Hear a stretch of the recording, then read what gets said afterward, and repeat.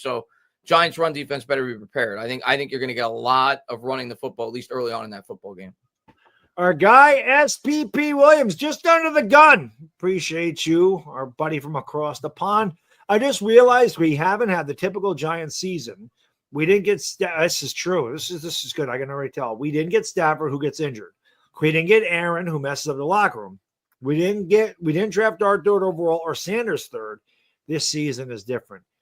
It is funny how it does seem like good luck is kind of bestowed upon the Giants. Again, we've had guys injured, but they're all back to practice now as we get ready to ramp up for week 1. Andrew Thomas, Cam Scatterbu, Malik Neighbors, they're all getting, back to practice. We've scored 65 points in 2 games. And yeah, man, the things that used to, the traps the Giants have fallen into, they haven't fallen into them. Knock on wood. And Anthony, you mentioned it like last year, the first pass against the Texans was a pick 6. That was already our season. This year, it's a totally different feeling. It's just crazy to watch an offense, preseason or not, be able to move the ball down the field and score touchdowns, not field goals. It's just much, much, much different. I'm still stunned that Stafford was even an idea for the New York Giants. I am so happy that didn't happen. Even the injury aside, the fact that you would have to pay him a ridiculous extension, because that was the only way he was coming here, and you were going to have to give up pretty significant draft capital to bring him in. That I'm shocked that Shane was even entertaining that, but at the same time, he's trying to save his job, so I guess I kind of understand it. But that is great for us that did not happen, and it seems like that was a legitimate thought in Joe Shane's head. Our resident Commander fans in here always talking shit. He says Terry's playing. Tell me how you know. Do you know his agent or the GM? Because what I heard last is they're not close. I think he's going to play. He was even at the game last night. I think he's going to play. They're not close. We'll see. So he's just coming off the street and play week 1. I mean, they're running out of time. Yeah, he's not even practicing. I think he's trying to use his leverage before the year starts, like the 49ers receivers did. But maybe you might be right. Maybe I hope he doesn't. That'd be great for the Giants week 1. I didn't hear anything about the game on Monday. They said they were hopeful Terry McLaurin they were gonna get something like in the morning or before the game, and none of it happened, and it still hasn't happened. And yeah, it seems like from what I'm reading, is they're kind of getting at a breaking point where they're really not getting close. The guy I work with today is a big Jet fan, and I didn't read into it, but he told me there's rumors that the Jets are trying to trade for him. So maybe they do trade him. I don't know. I'd be happy if he's out of the division, because he always does well against us. He does. He's a good receiver. But I didn't hear that anything close to him playing. I think that's just speculation at this point. But with that said, that brings us to just under the wire again. Yankee Boy Fly says, what up, y'all? Just saying, I'm definitely team in the cloud. There you go.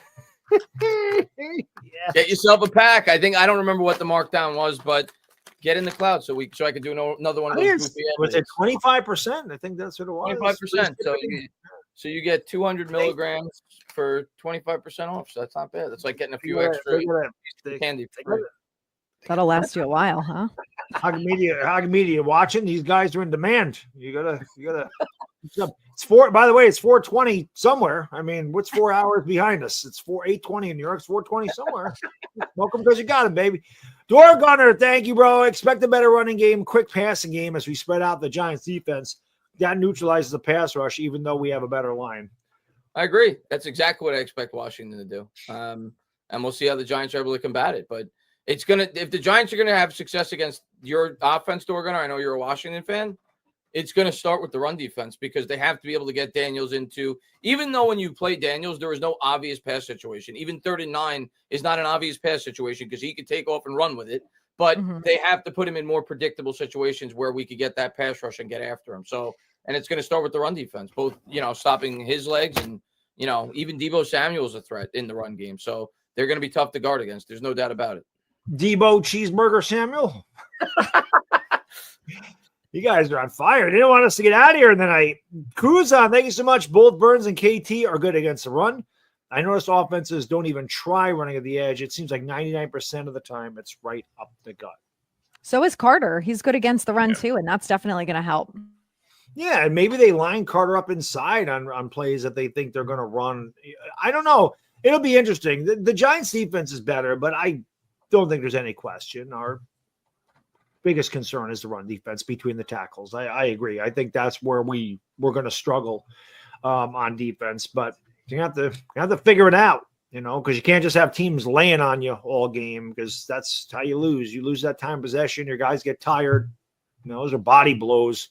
I think the improved secondary is going to go a long way towards improving the run defense, because now I think you feel more comfortable cheating up a little bit, stacking the box a little bit more, because you feel like the guys behind you could cover an extra second or two. So we'll find out, though, when we go up against Washington. I'm looking forward to it.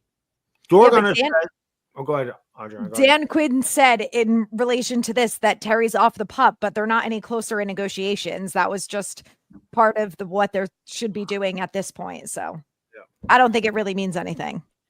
Terry's off pup, won't be missing checks to get a lesser Terry. Terry needs to sit out week 1.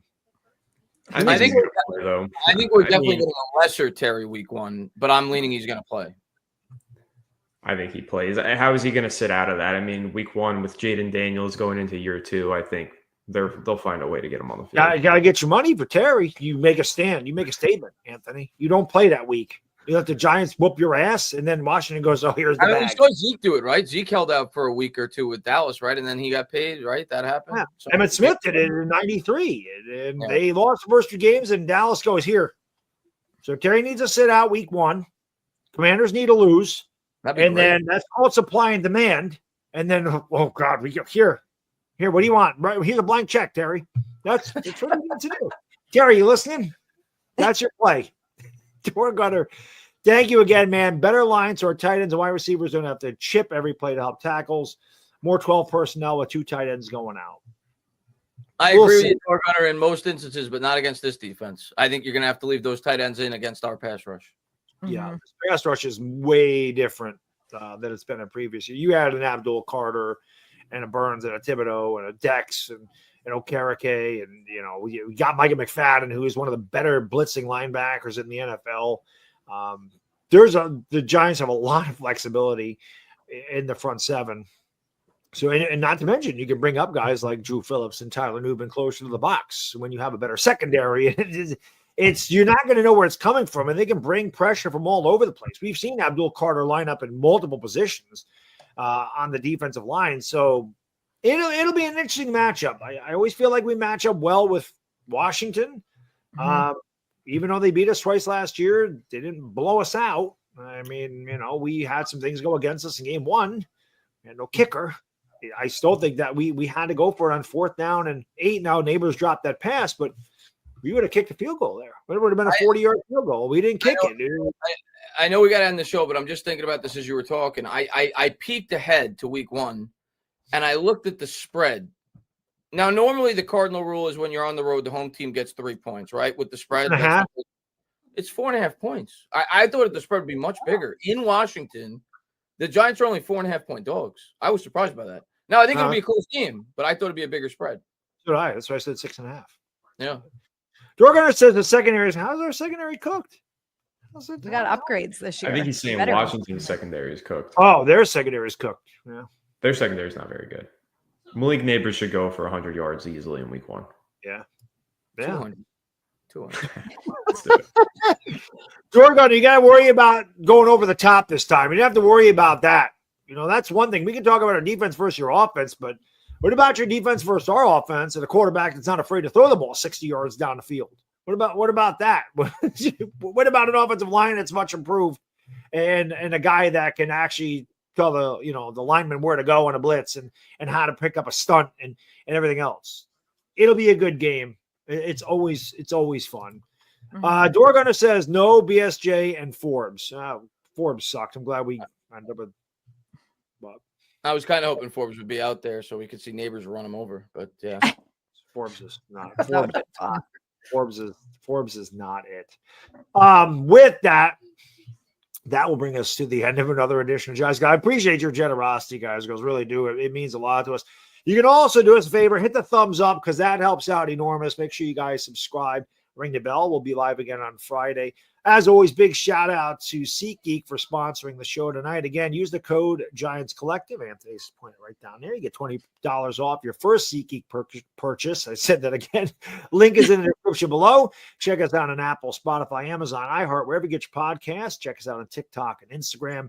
And again, we didn't pick up any new members tonight, but you might want to be a member during the season. So if you choose to do that, just click that join button. You become a member, you get your name in the outros, monthly member messages, and you get those really cool emojis that only the members get. So with that said, thank you guys and girls. And for John, Chris, and Anthony, we'll see you on Friday. Giants got a game tomorrow. Let's go Giants. We'll see you in a couple nights and be gone. Peace.